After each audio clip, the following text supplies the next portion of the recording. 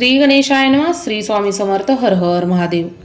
मनामध्ये जर एक शुद्ध भाव असला तरी तो पुरेसा नसतो, कारण मन जर दुर्बल झाले तर ते क्षणात मिथ्या मार्गाकडे वळते आणि जिथे विषयांची ओढ असते तिथे मन स्थिर राहत नाही.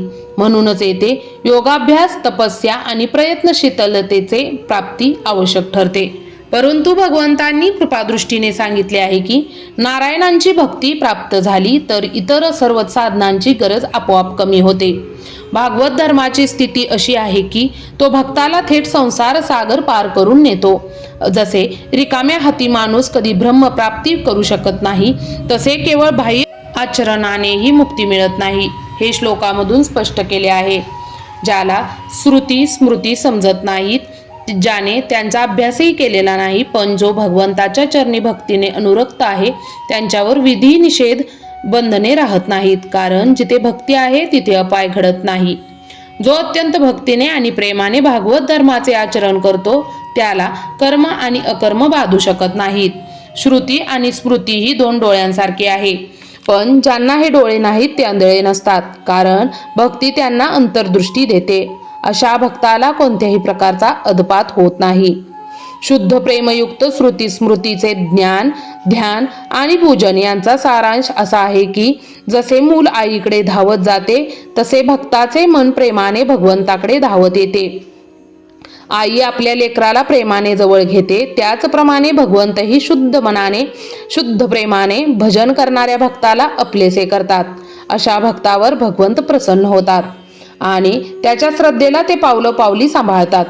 या प्रकारे जो भक्त भगवंताच्या भक्तीत रमून जातो त्याला कर्म आणि अकर्म बाधू शकत नाहीत, कारण कर्माने ज्याला आज्ञा आणि नियम दिलेले असतात तो पुरुषोत्तमाच्या भक्तीत लीन झाल्यावर त्या बंधनापलीकडे जातो.